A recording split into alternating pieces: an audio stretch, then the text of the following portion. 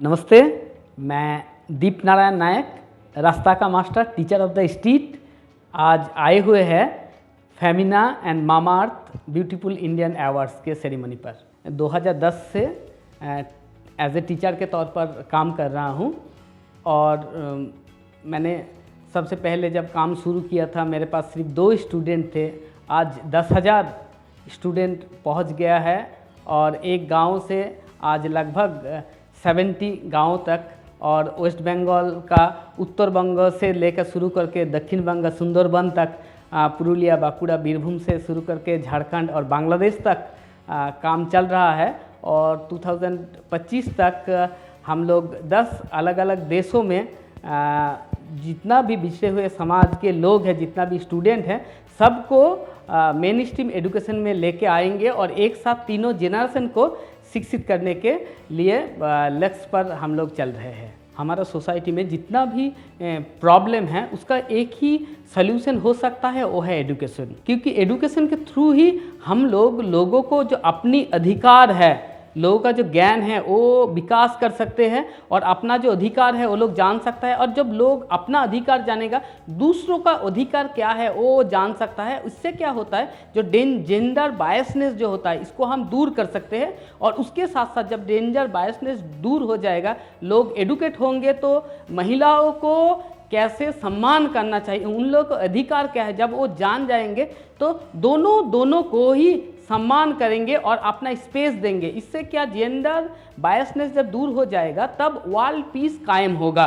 और समाज में जितना भी आज तक बुराइयां है वो है सिर्फ एडुकेशन नहीं होने पर, लोगों को पता नहीं है। जितना भी अंधविश्वास है, जितना भी बुरा काम है, तो वो एडुकेशन नहीं होने पर। क्योंकि जब कोई लड़की मान लीजिए 13-14 साल में अगर उसका शादी हो जाता है, कोई लड़का 13-14 साल में चाइल्ड लेबर पर घुस जाता है, एडिक्शन पे चला जाता है, तभी वो लोग कहीं ना कहीं जो समाज के दूसरा जो रास्ता है वहाँ पर चला जाता है। उसी से ही समाज में बुराइयाँ आना शुरू हो जाता है। अगर वो लोग का चाइल्ड मैरिज नहीं होता, अगर चाइल्ड लेबर पे नहीं जाता, सब लोग अच्छे से पढ़ाई करता है और अपना अधिकार जानता है कौन सी सही है और कौन सी गलत है, और रूल्स एंड रेगुलेशन क्या है, संविधान क्या बोल रहा है, सबका अधिकार क्या है, तब क्या है, समाज तो बहुत ही शांति आ जाएगा, जेंडर बायसनेस दूर हो जाएगा और सभी के खुशहाली आ जाएगा जीवन पर। और ये जो बिछड़े हुए समाज है, ये लोग जब आगे चला आएगा तो विकास हम जिसको बोलते हैं, डेवलपमेंट जिसको बोलते हैं, वो जो विकास और डेवलपमेंट है वो सही दिशा में जाएगा। क्योंकि अगर किसी भी जगह पर एक समाज है जो बिछड़े हुए है और एक समाज है जो आगे जा रहा है, तो कभी भी समाज में स्थिरता नहीं आएगा।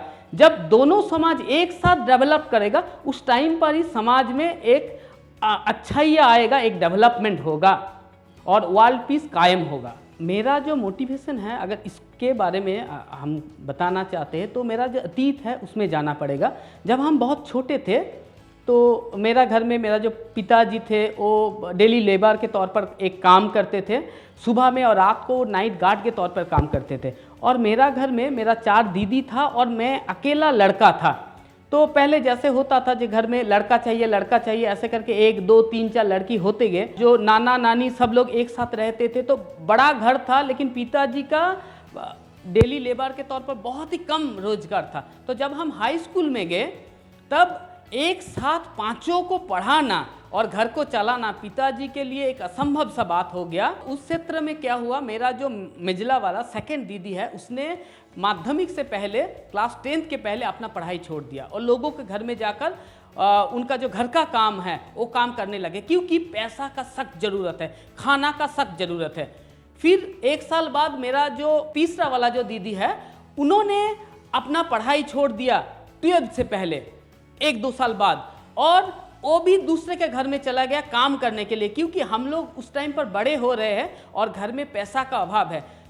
तो उस टाइम पर हम बहुत छोटे थे, हम कुछ कर नहीं सकते थे, लेकिन घर में लगा कि नहीं, ये एक लड़का है तो इसको पढ़ाई करना चाहिए। तो मेरा दीदी लोगों ने पढ़ाई छोड़ दिया। लेकिन जब हम बड़े हुए तब मुझे ये बात पता चला। मैं खुद एक बार फेल कर चुका हूँ मेरा जो कॉलेज लाइफ है, क्योंकि मेरे पास पैसा नहीं था। मैं कभी भी नया बुक नहीं खरीद पाया, नया शर्ट नहीं खरीद पाया, स्कूल ड्रेस नहीं खरीद पाया। और मैं 2 बार ड्रॉप आउट हो चुका हूँ। इसीलिए मैंने देखा है, करीब से देखा है, जो जिनके पास पैसे का अभाव रहता है वो कितना ज़्यादा प्रेशर में रहता है, क्या क्या प्रॉब्लम होता है। उसके बाद मैं एग्ज़ाम दिया, बहुत कोशिश किया और मुझे नौकरी मिला एज ए प्राइमरी टीचर के तौर पर। लेकिन जब हम गांव में गए तब मैंने देखा कि वही वाला सिचुएशन, मेरा जो अतीत है वो मेरे सामने आने लगा। वही एक एक घर में 4-5 करके लड़का लड़की, उन लोगों के पास खाना नहीं है। एक दिन मैंने देखा एक स्टूडेंट का स्लेट नहीं है। मैंने उसको जब डांटा कि क्यों तुमने स्लेट नहीं लाए घर से, उसने मुझे बोला कि सर हम मम्मी को बोल रहे हैं लेकिन वो खरीद नहीं दे रहा। वो बोल रहा है खरीद दूंगा, कल खरीद दूंगा, कल खरीद दूंगा, लेकिन वो खरीद नहीं दे रहा है। तो उस टाइम पर मुझे लगा कि मुझे कुछ करना चाहिए, क्योंकि वो उस लड़की में मैंने अपने दीदी लोगों को देखा। और तब मैंने वो जो 2 लड़की थे उन दोनों को लेकर रास्ते के ऊपर पढ़ाना शुरू किया और उनको नया जो स्लेट है, नया बुक्स है, किताब, वो सब देने लगे। और धीरे धीरे दूसरे स्टूडेंट जुड़ते गए और धीरे धीरे एक स्ट्रीट एक क्लासरूम में बदल गया और एक गांव एक स्कूल में बदल गया और जो वॉल्स है वो ब्लैक बोर्ड में बदल गया। और हम लोगों का जो टैगलाइन है, where there is a wall there is a way, $1 can change 100 lifes. तो where there is a wall there is a way, जहाँ दीवार है वही रास्ता है। हम लोग जानते हैं जहाँ दीवार है वो रास्ता बंद हो जाता है। लेकिन एजुकेशन के सेक्टर में एक अलग दिशा मैंने दिखाने का कोशिश किया है। तो यहाँ पर 0 इन्वेस्टमेंट पॉलिसी है, पैसा का ज़रूरत नहीं रहता। और ये जो एजुकेशन है ये रिवर्स वे में चलता है, क्योंकि ये जो फर्स्ट जनरेशन लर्नर है ये पहले पढ़ाई करते, उसके बाद उसका मम्मी पापा, उसका नाना नानी, जिसको फॉर्मल एजुकेशन नहीं मिला, छोटा बच्चा बड़े को पढ़ाते हैं। नॉर्मली बड़े छोटे को पढ़ाता है, लेकिन यहाँ पर उल्टा होता है। बड़ा एक 5 साल का लड़की 50 साल का मम्मी को पढ़ाता है, एक 6 साल का लड़का 60 साल का नाना को पढ़ाता है।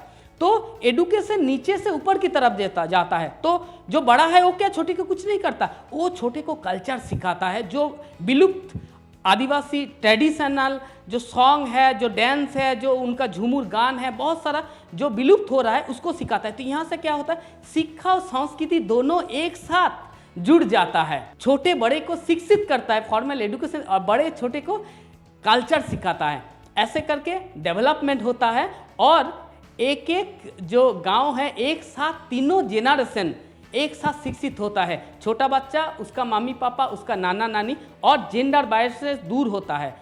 क्योंकि जब तक लड़की लोगों को आप शिक्षित नहीं कर पाएंगे तब तक जेंडर बायसनेस दूर नहीं होगा। मेरा जो मेन जो मोटो है वो लड़की लोगों को आगे लेके जाना है। जब हम स्टूडेंट के पढ़ाते हैं, अगर उसका मम्मी पापा को नॉलेज नहीं रहता, उस टाइम पर क्या होता है, जो लड़की है अगर उसको शादी दिया जाता है, या लड़का है वो डेली लेबर पे तौर पे चला जाता है, मम्मी पापा उतना समझ नहीं पाते। लेकिन जब 3 जनरेशन मॉडल पे काम कर रहा है, छोटा भी पढ़ाई कर रहा है, बड़ा भी पढ़ाई कर रहा है, और ये जो गांव वाले हैं सुबह में काम पर चला जाता है, शाम को घूम के आता है, तो इनको बाहर जाने का जरूरत नहीं है।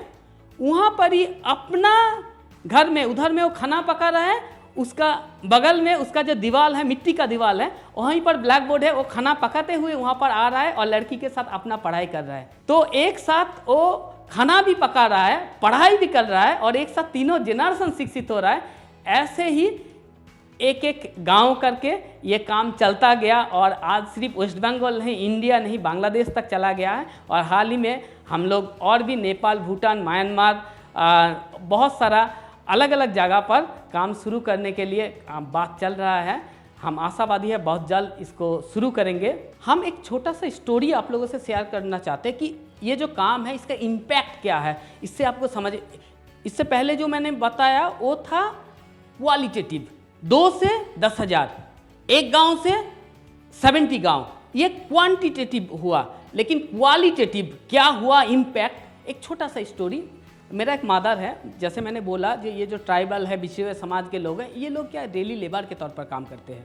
तो ये बाहर में डेली लेबर के तौर पर काम करने के लिए जाता है। तो इन लोगों का जो सिस्टम है ये है कि हफ्ता में इनको पेमेंट दिया जाता है। एक हफ्ता काम करेगा, उसके बाद उनका जितना भी पैसा होता है उसको पेमेंट दिया। अगर बीच में, क्योंकि इन लोगों के पास तो पैसा का साधन नहीं रहता, अगर घर में किसी को बीमार पड़ता है, पैसा का ज़रूरत पड़ता है, उस टाइम पर क्या होता है, ये लोग उधार ले सकते हैं। लेकिन जब 7 डेज बाद पेमेंट दिया जाएगा तो उधार को माइनस करके पेमेंट दिया जाएगा। तो मेरा एक मादार था, वो काम करता था, तो बीच में क्या हो, उसका लड़की का थोड़ा सा तबीयत खराब हुआ, उसने उधार लिया 200 रुपया, और हफ्ता के एंड पर जब वो पैसा लेने के लिए गए तो वो देख रहा है कि उसको 100 रुपया कम मिला। तो उसके उधर में जो मुनीब था कैशियर, तो उनको उसने बोला कि साहब जी मुझे तो 100 रुपया कम मिला। तो जो मुनीब था वो तो गुस्सा हो गया, बोला क्या बोल रहा है पगली तू, सही है पैसा, इधर अंगूठा का छाप मार और जा, बहुत सारे लोग लाइन पर खड़ा हुआ है, इधर टाइम मत तू गवार, जा जा। तो फिर उसने बोला कि नहीं, हम तो अंगूठा का छाप नहीं देंगे, हम अपना नाम लिखेंगे। तो उसका मुनीब उसको बोल रहे, अरे पगली तू क्या बोल रहा है, तू यहाँ से 20-25 साल से काम कर रहा है, अंगूठा का छाप दे रहा है, आज बोल रहा है कि 100 रुपया चाहिए, आज बोल रहा है हम अपना नाम लिखेंगे, लेट मत कर, यहाँ पर अंगूठा का छाप दे जा। तो उसने क्या किया, उधर से खत्ता लिया और अपना नाम लिख दिया। ये जो मुनीब था वो थोड़ा सा हकचका गया, क्या हुआ। फिर उसको समझ में आया कि मेरा जो झूठा है वो तो पकड़ा गया। वो इधर उधर ढूंढने लगे, 100 रुपया निकाला उसका हाथ में, ओ देख यहाँ पर था, यहाँ पर था, ये ले 100 रुपया ले, जा जा जा, बहुत लोग लाइन पे खड़ा हुआ है, जा जा, लेट मत कर पगली, जा जा जा। उसको उधर से चला गया, बहुत सारे लोग लाइन पे थे। तो रात को जब हम उधर पढ़ाने के लिए गए, वो काम से आए और बच्ची और मम्मी पढ़ाई कर रहे, दोनों बहुत हंस रहे हैं। तो मैंने उनको देख के बोला, क्या बात है बाबू, इतना मुस्कुराना क्यों। तो फिर उसका मम्मी मुझे हंसते हुए बोला कि सर जानते हैं ऐसे ऐसे बात है। तो फिर उसने बोला कि उस टाइम पर जो मुनीब का, जो बाबू का मुंह था इतना छोटा सा हो गया था, वो देखने वाला था, आप अगर देखते तो आप भी हंसते। तो वो सुनकर मैं हंसा, लेकिन मैं बहुत गंभीर हो गया, क्योंकि मुझे लगा कि पढ़ाई सब लोग करते हैं, लेकिन उसको रियल लाइफ में एप्लीकेशन ये सब लोग नहीं कर पाते। ये जो मादर है उसने थोड़ा बहुत पढ़ाई किया, उसने अपना नाम लिखना सीखा और सब्सट्रैक्शन एडिशन इसको सीखा, लेकिन दोनों ही चीज़ उसने अपने रियल लाइफ पे अप्लाई कर दिया। और इससे भी जो बड़ा बात है वो है, ऐसे ही ये एक मदर का स्टोरी नहीं है, ये लाखों मदर का स्टोरी है जो काम तो करता है लेकिन उसको पैसा नहीं मिलता, कहीं ना कहीं पैसा ठग दिया जाता है। जब इसने अपना पढ़ाई सीख लिया, अपना नाम लिख दिया, उसने बोला, अपना अधिकार को बोला, उसने जाना कि हमें ठगा जा रहा है। तो अगर हर एक मादर ऐसे शिक्षित होने लगे, हर एक मादर अपना नाम लिखना शुरू कर दे, तो इनका जो पैसा है, मूल्य है, वो उनको मिल जाएगा। और ये एक दिन का बात नहीं है, ऐसे 100 साल से चलता जा रहा है। इस मादर के साथ 20-25 साल से ऐसा चलता जा रहा था। फिर मैंने उस मादर को बोला, जब उसने बोला हाँ सर, उसका मुंह इतना छोटा हो गया था, तो फिर मैंने उनको बोला कि ये है एडुकेशन का पावर। इससे पहले तुम लोग मुनीब से डरते थे, लेकिन आज मुनीब तुम लोगों को देखकर डर रहा है।